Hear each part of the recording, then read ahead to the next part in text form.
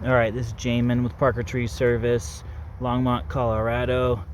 And what I'm showing you right now is some real shoddy tree work, and I'll explain. So this is an injection plug, and this plug is so tiny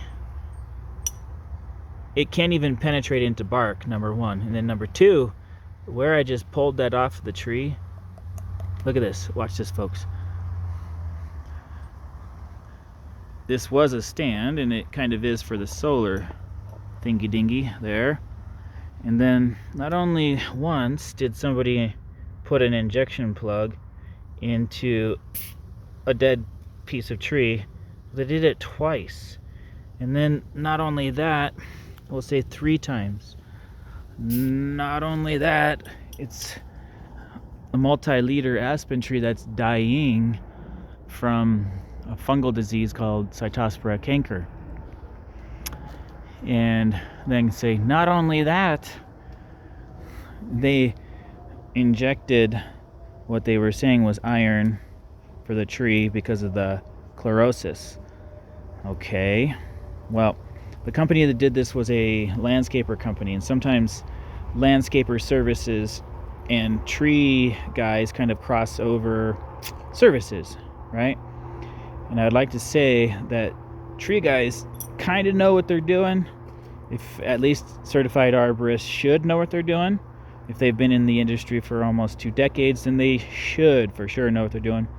Anyway, a landscaper, I feel bad for my client because the landscaper said he would come back and inject these trees for free. So my client thinks he's getting some value. He did think he got some value for some of these services.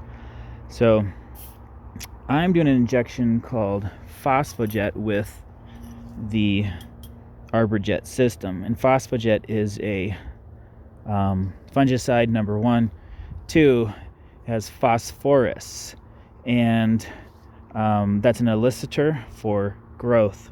So it's a fungicide, so that way I can go after the Cytospora canker. Okay, that part I don't know if it's going to absolutely reverse symptoms or suppress symptoms of Cytospora canker, as I just don't have first-hand experience. There's a little bit of dead leaves right here, likely from the Cytospora canker.